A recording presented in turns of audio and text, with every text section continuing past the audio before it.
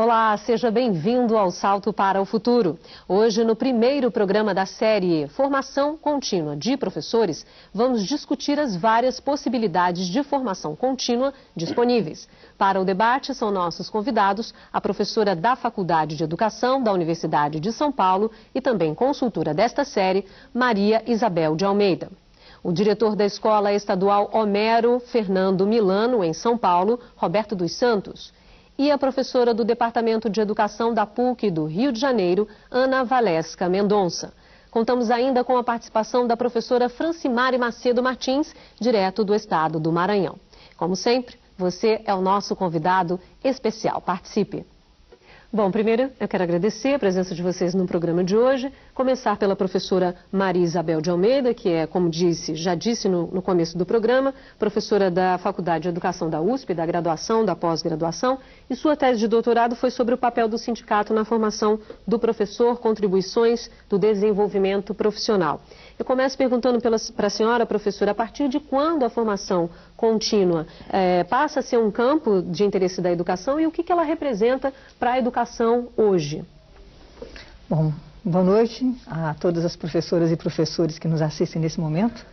Eu acho que a importância de estarmos discutindo a formação contínua de professores aqui hoje é enorme face às necessidades que os professores sentem na sua prática diária nas escolas. Se olharmos hoje a quantidade de ofertas que nós temos de ações de formação contínua de professores, já temos por aí uma sinalização de como esta temática tem tido relevância dentro de tudo aquilo que se faz e se discute em educação, não só no Brasil, como em todos os países do mundo atualmente. Esta importância, eu acho que ela se deve principalmente ao reconhecimento de que ensinar, especialmente dentro das escolas, é a cada dia um novo desafio para os profissionais que estão nas salas de aula. Nós nunca estamos prontos e preparados para ensinar de maneira completa aos nossos alunos, porque eles se transformam, porque o mundo se transforma, não é, cotidianamente, e as questões vão se colocando nas nossas salas de aula de maneira diferente a cada dia.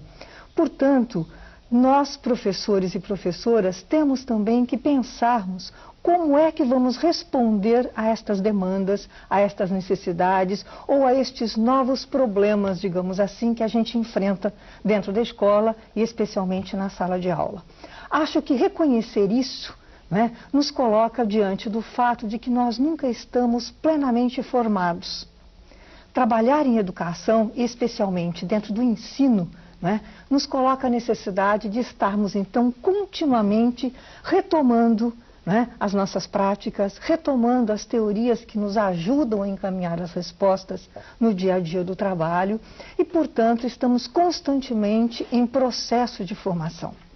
Acho que este reconhecimento, ele já é de um certo tempo, mas tem ganho uma relevância muito grande a partir da década de 90, digamos. Isso dentro do contexto das políticas de reformas educacionais que têm estado presente na maior parte dos países. Se nós pensarmos no caso do Brasil, nós temos, por exemplo, a década de 90 permeada por uma série de transformações encabeçadas por uma nova LDB, Lei de Diretrizes e Bases da Educação Nacional, que foi aprovada em 1996. Ela estava em discussão há alguns anos e ficou, digamos, configurada em 96. Depois disso tivemos os parâmetros curriculares e uma série de outras inovações ou mudanças que nos colocam desafios constantes. Daí acho então a importância de estarmos hoje discutindo essa temática com todos os professores do país. Tá certo. Professor Roberto dos Santos, como disse, é diretor da Escola Estadual Homero Fernando Milano, em São Paulo. Como é que essa temática, a formação contínua, está presente na escola em que o senhor dirige, professor? Olha, boa noite. É um prazer estar aqui nesse programa, poder dialogar um pouco com todos os professores e professoras do Brasil e dizer que a formação contínua, ela se faz necessária hoje e no dia a dia da escola é muito oportuno, assim, todos os professores estarem discutindo a questão da formação, uma vez que a formação só inicial, aquela formação da universidade, ela não dá conta, da formação dos professores. E essa necessidade de estar a todo tempo, a todo momento, procurando novas formas de ensinar, novos métodos, enfim, usufruir da tecnologia também, que é muito importante para a educação, para o ensino, é uma necessidade do nosso dia a dia. Lá na escola estou coordenando uma escola muito grande, de 2.300 alunos e 120 professores. Então é um desafio muito grande e um trabalho também muito difícil, né? Porque a gente vai esbarrar nas condições materiais, nos recursos humanos, enfim, toda essa problemática.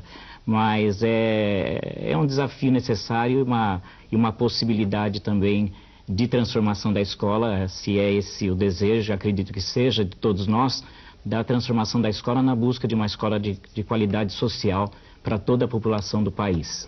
O que o senhor que está vivenciando esse processo de formação contínua, o que o senhor acha fundamental nesse processo para que ele se dê de fato dentro da escola, para que a escola seja, como se espera dela, um lugar privilegiado, para essa formação continuada?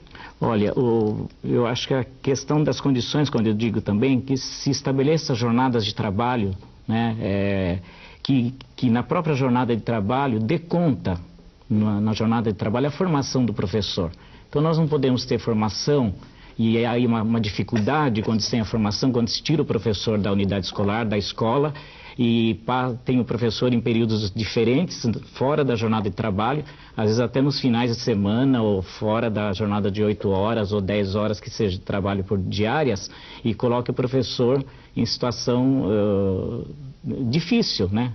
A dificuldade toda da formação quando não se há formação em serviço, né?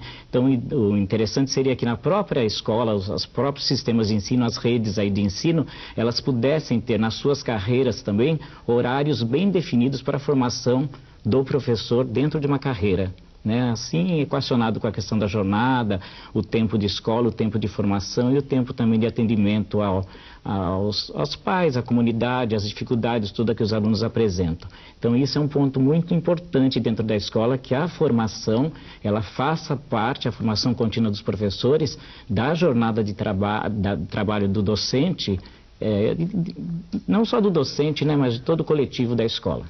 Tá certo. Professora Ana Valesca, professora do Departamento de Educação da PUC, a senhora é especialista em História da Educação, sua principal linha de pesquisa é Pensamento Pedagógico Brasileiro e Formação do Educador.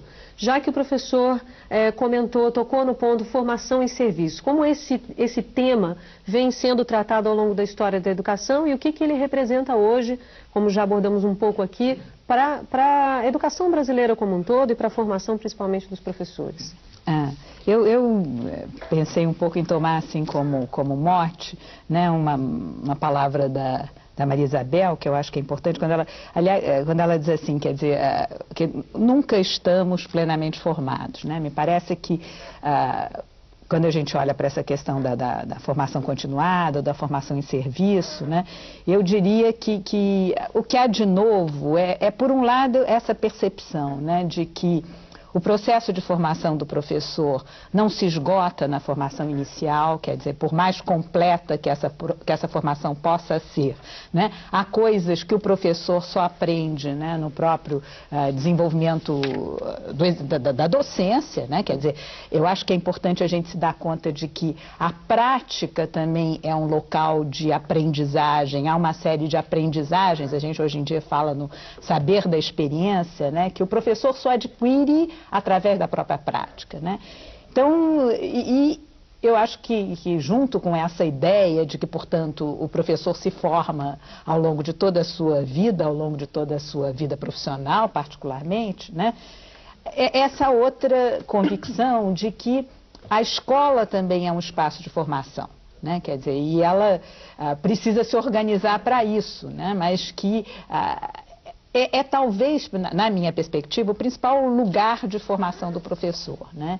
E perceber que, quer dizer, como é que se dá que esse processo de formação continuada não é alguma coisa que o professor recebe de fora, né? Mas que é na troca, é no diálogo que se estabelece entre os próprios professores, né, que esse processo também vai se dando, né? Eu acho que é importante a gente ter consciência disso, né? E que muitas vezes esses espaços informais da escola, a sala do cafezinho, a sala de professores, é um espaço onde também se dá esse processo de aprendizagem, né?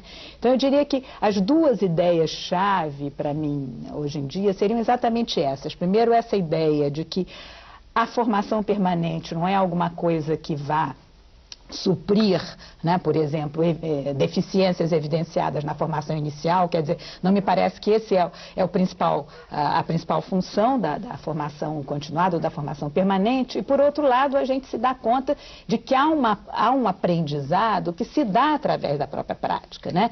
E que, portanto, a prática também é um lugar de produção de conhecimentos, né? Então, isso me parece que são, assim, duas ideias chaves para a gente equacionar hoje essa questão da formação continuada, ou da formação em serviços. Agora, pensando um pouco ainda no ponto de vista histórico, né? A ideia do ser humano sempre em formação não é um privilégio só da educação. Acho que todas as profissões, ao longo de muitas décadas, já vêm discutindo isso. Como disse a professora Maria Isabel, isso começou muito na década de 90, né, com mais força. A senhora acha que houve um certo atraso por parte da educação em pensar que o profissional ele pode se formar a cada dia dentro do seu ambiente de trabalho, inclusive?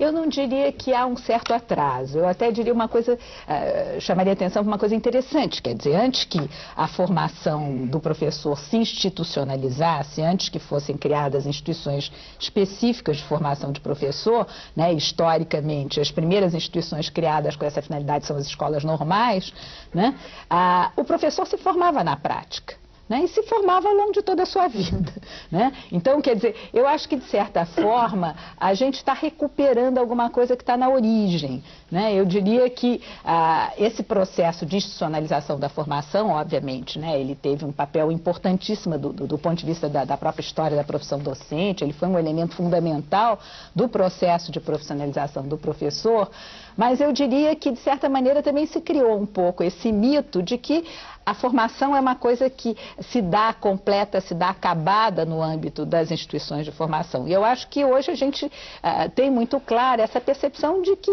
não é isso, né? De que a formação... Eu acho que isso, quando a gente olha para qualquer carreira profissional, né? Eu acho que não é só uma questão do magistério, né? Quer dizer, eu acho que qualquer carreira profissional, a pessoa tem que estar constantemente se atualizando, né? Tem que estar... A formação nunca é uma formação completa ou acabada, a formação inicial, né? Então, eu diria que a gente está retomando alguma coisa que talvez estivesse lá na origem da profissão. Bom, no próximo bloco, você é o nosso convidado numa visita pelo Museu da Educação e do Brinquedo. Quer saber o que isso tem a ver com a formação de professores? Então não saia daí, porque o Salto para o Futuro volta já. Brinquedos e brincadeiras no cotidiano de professores e alunos. Assim é o Museu da Educação e do Brinquedo, que fica na Universidade de São Paulo. Um dos objetivos do espaço é contribuir para a formação inicial e contínua dos profissionais da educação, por meio de visitas guiadas e oficinas. Uma viagem ao mundo da criança por meio dos brinquedos. O Museu da Educação e do Brinquedo da USP foi pioneiro no Brasil. Aberto ao público em 1999, conta com um acervo de mais de 1.200 peças, que vão desde um carrinho de boi construído por um escravo até um videogame, febre dos anos 80.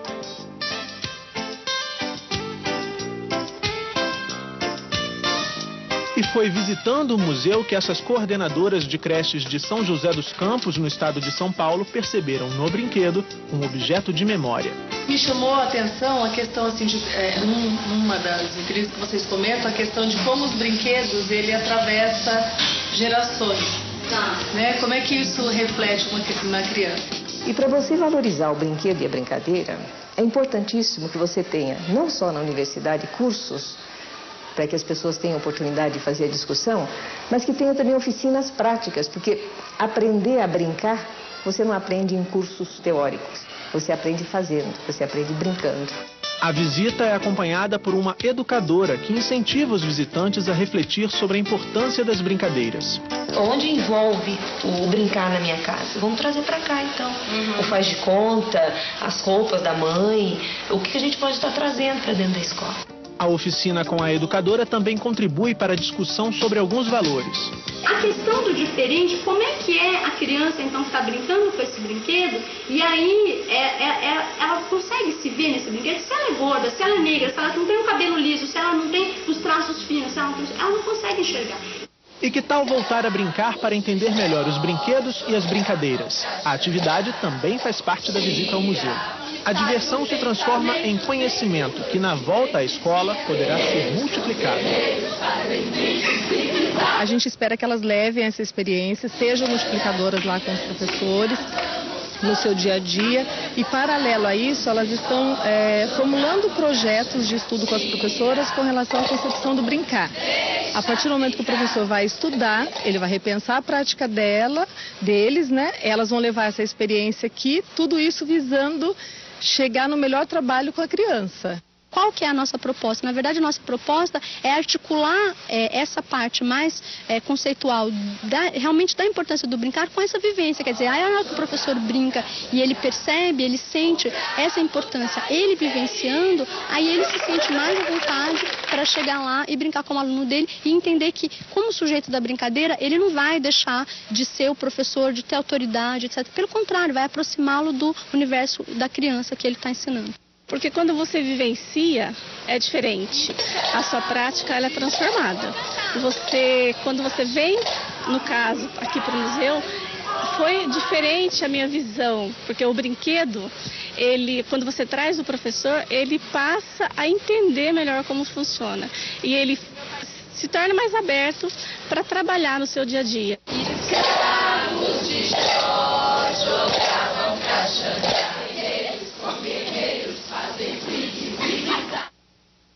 Bom, professora Maria Isabel, o vídeo vem somar ao que a senhora fala no texto, o que a senhora aborda no texto, da importância de museus, centros culturais, para essa formação contínua dos professores. Correto? Que outros espaços como esse o professor pode participar e aí enriquecer a sua formação profissional? Acho que a ideia é exatamente essa, né?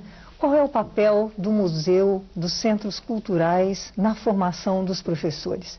Acho que nós estamos diante da questão da cultura, né? Então, a ampliação da base cultural dos professores é fundamental para que eles possam, na relação com os alunos, ampliar as possibilidades, oferecer novas visões, né, a respeito de elementos que estão presentes na nossa sociedade, presentes muitas vezes no dia a dia dos meninos, das meninas ou dos jovens e adultos que frequentam as nossas escolas e que não se consegue ler no sentido mais profundo o que estas produções culturais representam. Então, os professores vivenciarem, né, o que os museus têm a oferecer, participarem de oficinas nessa direção, ler sobre esta dimensão da produção humana, que é a arte, que é a cultura, é fundamental para ajudar nesse trabalho com os nossos alunos hoje. Então, se nós olharmos para o museu como sendo espaços onde nós temos ali a organização de contribuições de segmentos específicos, né, particularizados dentro da sociedade, como, por exemplo, a cultura negra, como, por exemplo, os imigrantes das mais variadas formas, o Museu do Futebol, o Museu das Artes mais clássicas, pintura, escultura, artesanatos, etc., né? São elementos fundamentais que os professores precisam se apropriar para poder trabalhar com os seus alunos. Então, acho que pensar o museu é nessa perspectiva da ampliação cultural, para que no trabalho com os alunos a gente possa oferecer exatamente esta possibilidade de que eles se apropriem, né, desses elementos presentes na nossa sociedade. Ok, a participação agora é da Maria José, do Maranhão. Oi, Maria José. Oi, Bárbara, boa noite. Sou Maria José Barreto, do Teleposto de Bacabal, Maranhão. Como inserir os alunos à cultura se muitas vezes os professores não têm acesso a esse mundo cultural? Por exemplo, teatro, museu, centros culturais, etc. Boa noite, obrigada. Obrigada, Maria José. Mais uma vez, você participa sempre aqui do Salto. Muito obrigada. Professora Ana Valesca. Bem, eu acho que a fala da professora lá do Maranhão, né, foi uma fala, assim, para mim absolutamente fantástica, né, porque eu acho que ela está colocando a questão, né, quer dizer, eu acho que como, né, fazer com que a professora estimule essa dimensão nos alunos se ela mesmo não tem acesso, né, a esses... Se ela mesmo não tem acesso a essa cultura, eu digo que basicamente, quer dizer, muitas vezes a gente vê como é que uma professora vai ensinar, vai fazer com que o aluno adquira o gosto pela leitura se ela não lê, né? Então, eu acho que essa questão me parece que é uma questão fundamental, até de uma política de formação de professor, né? Quer dizer, eu acho que, e aí eu acho que, nesse aspecto, eu acho que o Estado tem um papel fundamental, que é esse de viabilizar o acesso do professor, né? Aos museus, né? Ao cinema, né? Diferentes, né? Expressões artísticas, porque isso é um elemento fundamental da formação do professor, né?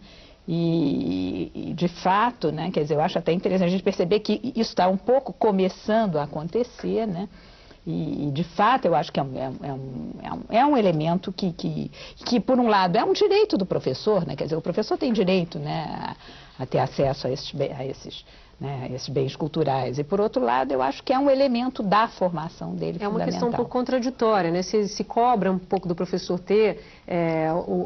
conhecer alguns bens culturais, ter acesso aos bens culturais, mas, por um outro lado, não se oferece isso para ele. Quer dizer, ele não tem uma remuneração adequada para poder ter acesso sozinho, com autonomia, e, por um outro lado, não se oferece isso a ele. Então, qual é o caminho que o professor vai seguir quando ele está diante dessa situação? Isso é uma reflexão até para dentro da escola, professora, a senhora vê isso? Se isso é uma reflexão em que sentido? Quer dizer, se essa reflexão de organização das próprias escolas, se existe, se deve haver, obviamente que deve. Eu acho que sim, eu acho que não só das escolas, né, mas eu vejo principalmente do próprio Estado, né, no sentido de viabilizar esse acesso. Você me deixa dar um palpite nessa conversa, porque acho que a questão fundamental, né, é realmente de uma política de formação contínua dos professores. Exatamente. Né? Esta política não nasce espontaneamente na escola A ou na escola B. Né? Tem um sistema que organiza uma série de escolas, que pode ser municipal, estadual ou federal. Então, quando falamos de uma política, nós temos que nos remeter a estas instâncias. Né? É a Secretaria Municipal de Educação, a Secretaria Estadual, é o Ministério da Educação, que precisam responder politicamente como é que nós vamos encaminhar a vida profissional dos professores nesse país. E nessa vida profissional, a formação contínua ocupa um espaço importantíssimo, por tudo que a gente já falou. Mas tem um outro elemento que acho que a gente poderia trazer para a conversa, que são as associações dos professores, as associações docentes ou os sindicatos, que também é um outro espaço de organização dos professores, não é? Que muitas vezes também é espaço de oferta de atividades culturais, atividades de formação contínua. Cada vez mais os sindicatos e associações atuam por este lado, mas também ali é um espaço de organização para que se reivindique aquilo que as nossas políticas não estão sendo capazes de oferecer. Então, pensarmos coletivamente o que é que nós precisamos do ponto de vista de uma política de formação, acho que pode ser algo que caminhe em múltiplas direções. Ok, tá? A Ciseni de Goiás agora participa. Olá. Olá, boa noite. Gostaria de parabenizar o programa pela série. Na modalidade de educação à distância, temos o programa Salto para o Futuro, com vários anos de existência, que preocupa com a qualidade e anseios dos professores, dos profissionais da educação. Eu gostaria de saber o que fazer para sensibilizar o professor a conhecer o programa, quebrando os velhos paradigmas de que a educação só acontece no presencial. Eu falo da TV Escola de Anápolis, Goiás. Boa noite e obrigada. Obrigada, Ciseni, pela sua participação hoje. Professor Roberto, não sei se o senhor vivencia isso na sua escola, a ideia de uma formação contínua à distância. Agora, caso o senhor não vivencie, como é que o senhor encaminharia essa discussão dentro da sua escola? O que a Ciseni traz é incentivar, estimular os professores a participarem, e isso tem a ver com a gestão da escola, tem a ver com a maneira como a escola se organiza. Como o senhor analisa essa situação da Ciseni?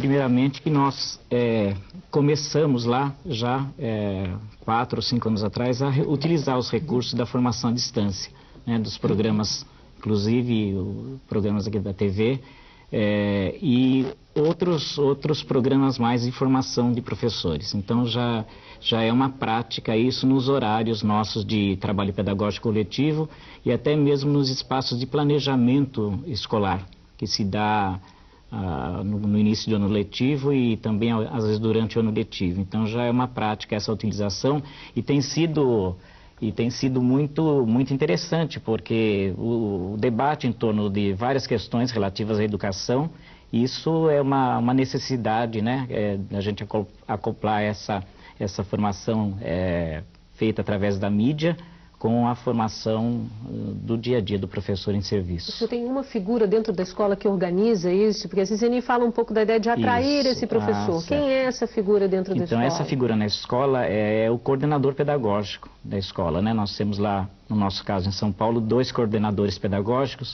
que organizam o trabalho dos alunos do período diurno e dos professores também, e um coordenador do curso noturno. Então, são eles que têm essa responsabilidade mais próxima, além da direção também da escola, em promover essa discussão educacional de formação.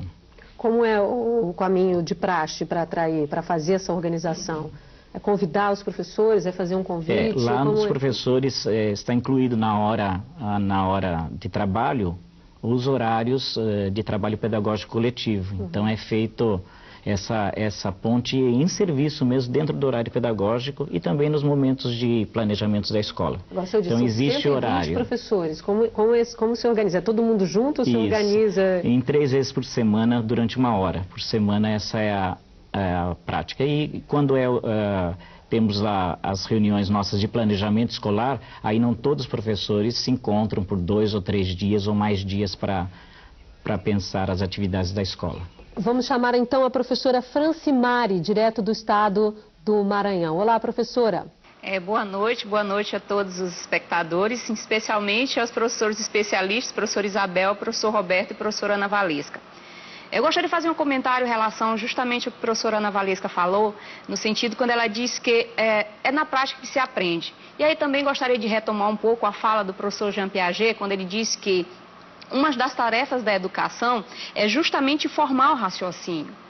E só se forma esse raciocínio quando se é aprendente.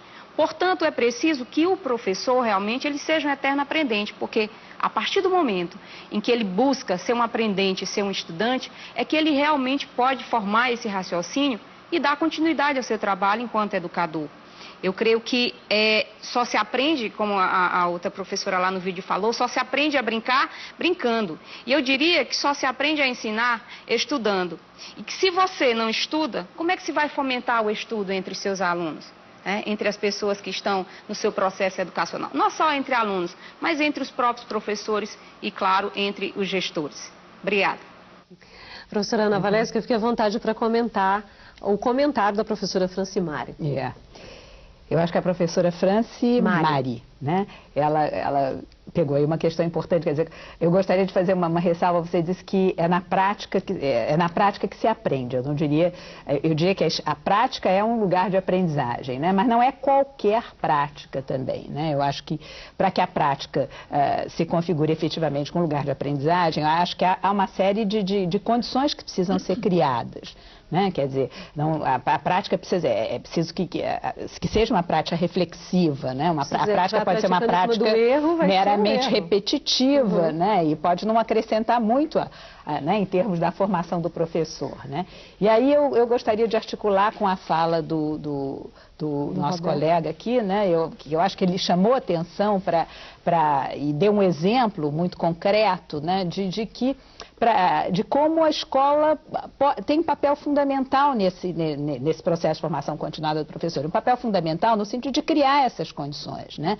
É preciso organizar espaços e tempos, né? Para que efetivamente, né, o professor, não só o professor se mobilize, mas que o professor tenha de fato oportunidades de aprendizagem, né? De espaços de troca, né?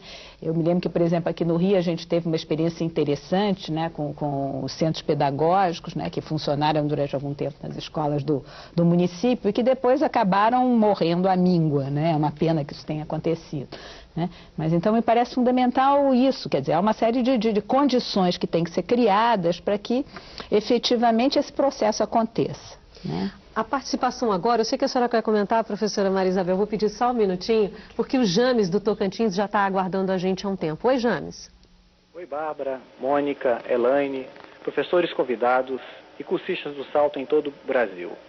Sou o professor James Aguiar Araújo, orientador de aprendizagem do teleposto do Colégio Estadual Adolfo Bezerra de Menezes, em Araguaína, Tocantins. Eu gostaria que os especialistas comentassem até que ponto a inexistência de uma política salarial mais justa influencia no processo de distanciamento dos profissionais da educação em relação aos cursos de formação continuadas oferecidos gratuitamente aos mesmos, a exemplo do Salto para o Futuro. Boa noite, obrigado. Obrigada, James, pela sua participação no programa de hoje. É claro que eu espero você ao longo de toda essa semana, ok? Professora Maria Isabel, fique à vontade, a senhora queria também comentar a questão anterior. Ok. Eu vou começar pela questão do Janes, porque acho que é de fundamental importância, e depois ainda vou falar um pouquinho com a Francimari, se der tempo. Acho que o Janes toca num problema fundamental, que são as condições de trabalho para que os professores possam, de fato, se dedicar, né, e se preparar para aquilo que fazem no seu dia a dia dentro das escolas. Uma política salarial justa, como ele coloca, evidentemente tem que estar acompanhada também de condições de trabalho justas ou adequadas, que passa por número de alunos em sala de aula, por uma infraestrutura escolar, por apoio de profissionais, como o Roberto nos colocou aqui, um coordenador pedagógico, uma direção realmente atuante. Enfim, há um conjunto de elementos que são fundamentais para que a gente possa ter um professor envolvido e voltado para a sua atualização permanente, né? E acho que aí nós temos que realmente assumir o lado que historicamente tem marcado os professores brasileiros, que é o da defesa das condições para que a gente possa atuar dignamente. Sem isso fica difícil. Por quê? Porque nós não estamos mais naquela fase onde se acreditava que sou professora por vocação. Então eu não preciso de nada em troca, nasci para ser professora. Ora, vivemos cotidianamente, pagamos as nossas contas, temos todos os encargos que são supridos pela nossa atuação profissional. Então, acho que este elemento, Janes, é fundamental para que a gente possa pensar na dignidade profissional e em práticas mais condizentes com as necessidades dos nossos alunos hoje. Mas eu queria pegar uma caroninha na questão da Francimari. Quando ela dizia da prática como espaço de aprendizagem, eu queria aqui reivindicar também o papel da teoria neste processo. É verdade que a prática é um campo fundamental de aprendizagem para os professores, né? É ali que nós experimentamos, é ali que nos defrontamos com questões realmente cruciais, é ali que a gente vai trocando experiência com os colegas, refletindo, como disse a Ana agora há pouco, sobre tudo isso, para que a gente possa transformar as nossas ações. Agora, como nós refletimos sobre tudo isso e podemos avançar no sentido de uma prática mais adequada àquilo que os nossos alunos estão vivenciando? Aí entra o papel da teoria, entra o papel de todas as contribuições que a gente pode estar buscando, dos nossos grandes pensadores, daqueles que estão nos ajudando a embasar e entender melhor por que fazemos assim ou por que não fazemos de outro modo. Então, acho que a gente tem que aliar teoria e prática e entendendo que aprender com a prática não descarta em momento nenhum a teoria. Okay. Aliás, a Francimari disse isso, quando ela foi buscar em Piaget, o respaldo para dizer por que a gente precisa, então, estar pensando nesta prática. Tá? Bom, no município de São Paulo, uma ONG e a Secretaria de Educação se unem para promover a formação contínua de professores. É o que vamos ver depois do intervalo. Até já. Em 2003, os gestores do Sistema Municipal de Ensino de Cajamar, cidade que fica a 38 quilômetros de São Paulo, perceberam que era preciso fazer mudanças nas propostas de educação de jovens e adultos. O primeiro passo foi buscar parceiros. Formar professores que pudessem participar ativamente das modificações foi a etapa seguinte. A iniciativa, em parceria com a ONG Ação Educativa, deu origem ao curso Compartilhando Experiências, Elaborando Propostas. Veja na reportagem. O curso surgiu com a parceria entre a Secretaria Municipal de Educação de Cajamar e a organização não governamental Ação Educativa. Ação Educativa é uma ONG que já tem 10 anos de vida e atua na área de educação de jovens e adultos, buscando a garantia do direito, a uma educação de qualidade dentro do cenário educacional no Brasil. A parceria com a Ação Educativa começou a ser desenhada a partir das demandas da educação de jovens e adultos de Cajamar. Eles nos procuraram para saber se nós, então, toparíamos, junto com eles, reorganizar a educação de jovens e adultos. Eles tinham um diagnóstico. Nós não trabalhávamos com projetos interdisciplinares.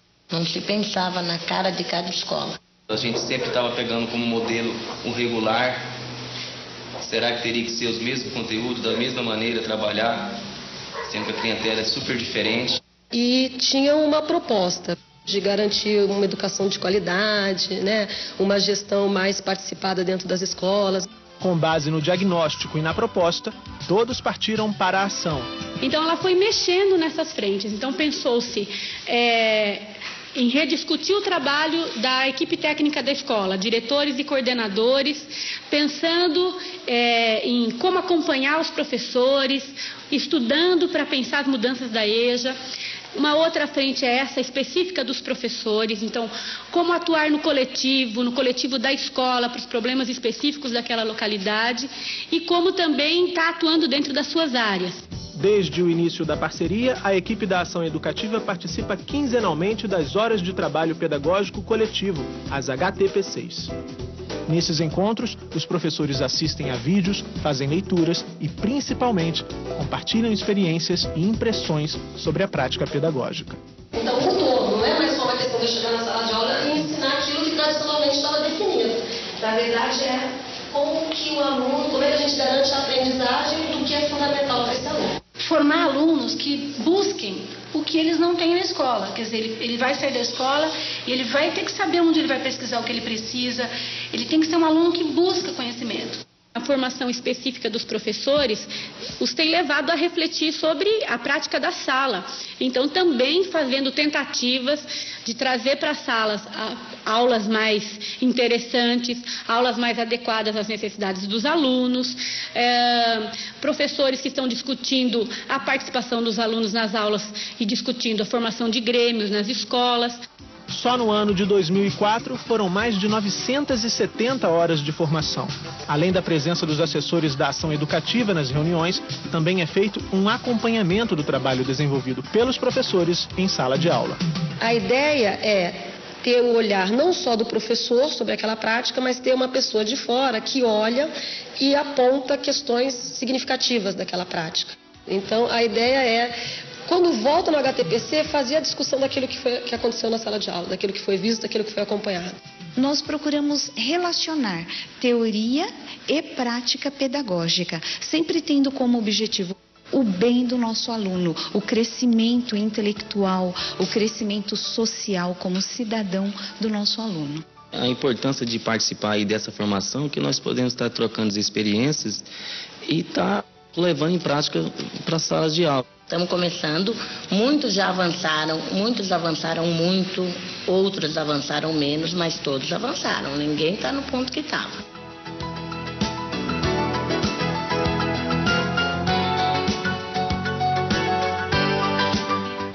Professora Ana Valesca, nós vimos nesse vídeo aí ONG, uma secretaria, que busca a parceria com uma ONG e que vai desenvolver um trabalho com professores de um município.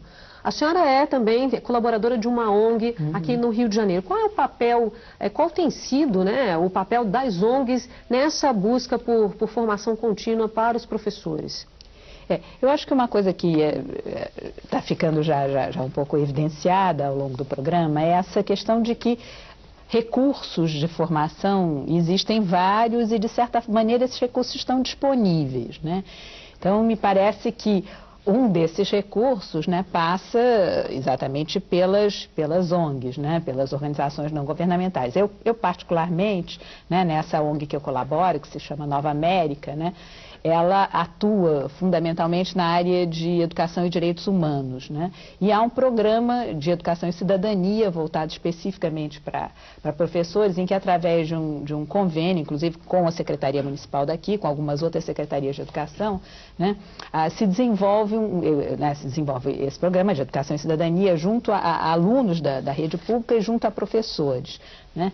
E o que me parece que é interessante, e aí eu diria que tem um ponto, se aproxima um pouco da experiência da ação educativa, é que a forma de trabalho, né, com professores é aquilo que a gente chama das oficinas pedagógicas, né, e das oficinas pedagógicas percebidas como um espaço em que se constrói coletivamente o saber, né?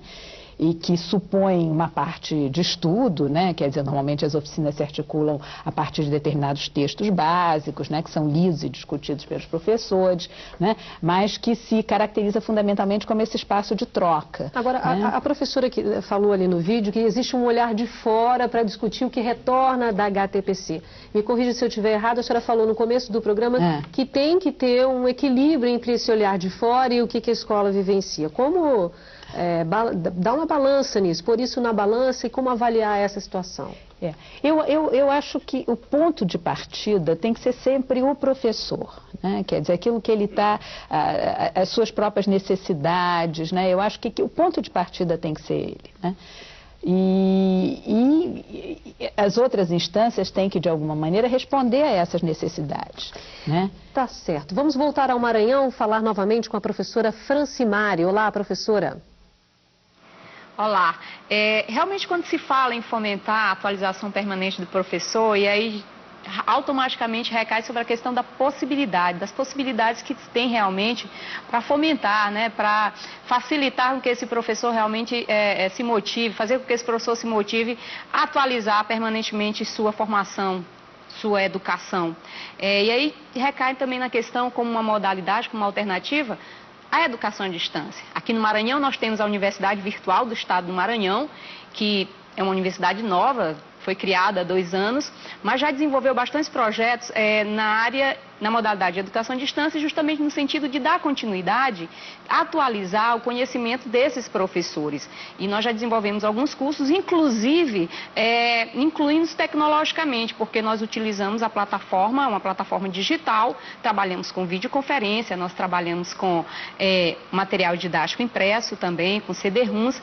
Então, assim, automaticamente também eles já estão se inserindo no mundo tecnológico, já estão a par das tecnologias utilizadas e como alternativa realmente para que ele possa se atualizar permanentemente, que ele possa ter uma possibilidade de se educar, né, de continuar realmente sua formação e não estagnar, não parar diante dessas mudanças de informações, desses aumentos de informações que o mundo atual vem acontecendo no mundo atual. Obrigada. Professor Roberto, fique à vontade para comentar o que traz a Francimari para a gente. E também queria aproveitar e fazer uma pergunta para o senhor. O senhor é ex-dirigente sindical. Isso. Como é que o senhor vê hoje essa organização sindical atuando também para a formação contínua dos professores? Ela é uma formação atuante ou ainda se pode fazer mais? Bom, eu me ocupei do departamento educacional do sindicato de São Paulo, da POSP, durante 7 anos. E esse era um grande desafio do sindicato na questão da formação. Como que a gente podia lá equacionar, juntar, articular a formação sindical à formação pedagógica do professor, né? E isso, através de pesquisas internas com a categoria, com os associados, essa demanda ela aparecia muito nitidamente, que não só o professor queria ter uma formação também sindical, além das questões funcionais ali do professor, jurídicas do dia a dia, ele clamava por uma participação do sindicato na formação dos professores. Então foi a partir daí que nós começamos a intensificar as ações todas no campo pedagógico, né, articulada com a formação sindical. Então esse foi um desafio muito grande do sindicato, porque esbarrava na questão de concepção sindical, qual o papel do sindicato, se o sindicato de professores, ao atuar na formação contínua, não estaria deixando um pouco o governo ou os sistemas de ensino um pouco mais livres para não fazer nada. Para não fazer, né? Mas à vontade para não fazer, né? A formação sindical. Mas já temos lá 10 anos de experiências e eu acho que foi o caminho acertado, né? Tantos professores reconhecem isso daí, essa participação do sindicato na sua formação também do dia a dia, além de outras formações. Portanto, as parcerias, elas são, e quando a Francimari, vou voltar à Francimari, ela coloca dessa questão da ação. Eu vivo lá no dia a dia também da escola e os professores às vezes ficam incomodados porque às vezes já leram a publicação, artigos e leram bastante, mas o passo seguinte nós temos uma dificuldade em dar, que é o passo da ação mesmo. Pegar toda aquela reflexão, o que se conseguiu através dos livros, dos pensadores aí, e traduzir isso daí no dia a dia da escola, sabe? Na sua prática do dia a dia, na sua sala de aula, né? Então o professor, ele fica angustiado, assim, ele fala, tô lendo bastante, mas e daí? Né? Qual o próximo passo? Então eu acho que o papel da coordenação, da direção, é articular isso daí dentro de um projeto político-pedagógico da escola, como nós vimos no vídeo a experiência de Cajamar, que é justamente isso, acho que para dar um norte na escola, né, deixar muito claro qual que é o projeto da escola. Há pouco tempo, a última série que a gente teve no semestre passado, sobre retratos da escola, a gente fez uma entrevista com a escritora Ana Maria Machado, e ela deu um depoimento dizendo que não via muito o professor se organizar para cobrar formação contínua do Estado, da secretaria em que ele está inserido. O que o senhor acha dessa afirmação? O senhor acredita que isso não aconteça de fato? Eu acho que discordo um pouco da informação, né, da professora, porque é uma demanda muito grande, o professor quer isso daí, ele a todo momento ele sabe que também que é um buraco na escola, a questão da formação, né? E ele tem essa exigência muito grande também, né? E em todos os momentos, nós, claro que o objetivo maior é que essa questão da educação em si, ela fosse pauta de reivindicação, não só de sindicatos de professores, mas de todos os sindicatos, né? E da sociedade em geral, né? Quando nós chegarmos a essa cobrança, eu acho que a gente está empurrando um pouco os sistemas educacionais aí, de ter um olhar mais apurado nessa questão de responsabilidade de todos. A gente já está na reta final do programa, professor. Gostaria de ouvir suas considerações finais sobre o que debatemos aqui hoje. Olha, eu agradeço aí a participação, né? Acho que foi muito interessante e a escola, a educação é um desafio. E eu estou lá com 28 anos de idade, de atuação no magistério, muito mais de idade, né? Muito mais idade do que isso, os 28, mas é um desafio do dia a dia. Uma escola, ela pode ter as características, algumas coisas comuns, mas cada escola é uma escola, cada grupo de professores, cada grupo de funcionários é diferente de uma para outra. Nós podemos ter pontos comuns, né? E é sempre o desafio colocado isso daí na nossa profissão de educador, de nunca desanimar, né? De sempre saber que existem possibilidades, às vezes elas não estão longe, estão muito próximas, mas talvez a gente não tenha ainda conseguido enxergar as possibilidades e traduzir isso daí na prática do dia a dia, sempre visando essa escola inclusiva, de qualidade, democrática, que atenda a toda a população. Ok. Obrigada, professor. Professora Ana Valesca, suas considerações finais.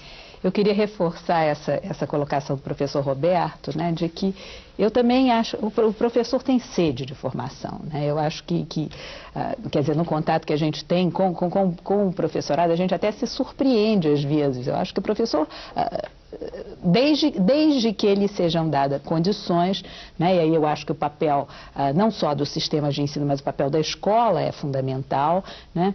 E por outro lado, de que essa formação seja uma formação que efetivamente responda às suas demandas, né? Quer dizer, muitas vezes, por exemplo, me preocupa às vezes essa multiplicação aí agora, né, quase que se acredita na questão da educação à distância, vai ser a solução mágica para a educação no país, né? Eu acho que não é mesmo. Eu acho que ela é um dos recursos, um recurso importante, né? Mas esse recurso precisa ser adequadamente utilizado, né? O que a preocupa? A proliferação de cursos de cursos, coerentes, de pacotes, né? Eu acho que o que a gente vê por aí muitas vezes é com finalidades frequentemente estritamente comerciais, né? Eu acho que e de fato me parece que não é por aí, né? Quer dizer, então eu diria que para mim duas questões são fundamentais. Uma é essa de que tem que ser oferecidas condições para que o professor, né, efetivamente possa ter uma formação continuada, condições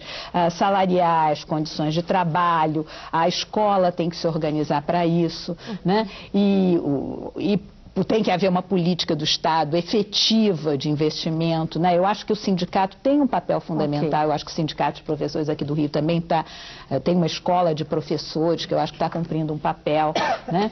E por outro lado, me parece que é fundamental esse outro elemento, que essa oferta efetivamente responda às demandas do professor. Muito obrigada. Desculpa interrompê-la, mas é que nosso tempo está corrido. Professora Maria Isabel, seus destaques para esse final de programa. Eu acho que os dois colegas que acabaram de falar tocaram numa questão essencial, né, que é realmente os professores têm um interesse enorme pela formação, por fazer da melhor forma possível o seu trabalho. Eu acho que encontramos na qualidade do trabalho que realizamos uma grande recompensa, né, pela nossa atuação. Então, fazer bem é fundamental para nós, né, professores. E aí eu queria destacar dois aspectos. Um que já falamos bastante aqui, que é a necessidade de uma política de formação de professores. Dentro dessa política, N parcerias podem ser estabelecidas com ONGs, né, com museus, com instituições que trabalham à distância, mas tem uma preocupação no meio de tudo isso, que são critérios para se fazer essas parcerias. Critérios para a escolha. Não há, só porque se fala em formação contínua, né, não há uma condição sempre positiva dentro de todos aqueles que participam nesse segmento. Então, critérios na escolha é fundamental. O outro aspecto que eu queria colocar aqui é o da atitude do professor.